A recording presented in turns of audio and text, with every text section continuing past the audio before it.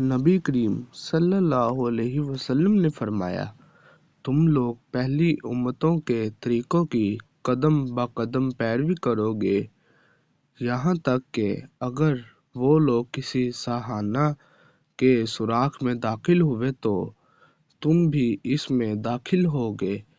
ہم نے پوچھا، یا رسول اللہ صلی اللہ علیہ وسلم، کیا آپ کی مراد پہلی امتوں سے یہود و نصار ہیں؟ آپ نے فرمایا، پھر کون ہو سکتا ہے؟ میں نے حضرت عمر رضی اللہ عنہ سے سنا، انہوں نے کہا، اللہ تعالیٰ فلاں کو تباہ کرے۔ انہیں کیا معلوم نہیں کہ نبی کریم صلی اللہ علیہ وسلم نے فرمایا تھا، یہود پر اللہ کی لعنت ہو، ان کے لیے چربی حرام ہوئی تو انہوں نے اسے پگھلا کر بیچنا شروع کر دیا۔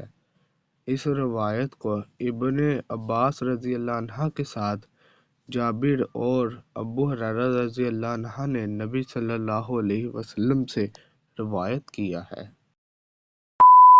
ویڈیو اچھی لگی ہو تو چینل کو سبسکرائب اور ویڈیو کو لائک ضرور کیجیے گا۔ ہمیشہ سلامت رہیں۔ جزاک اللہ۔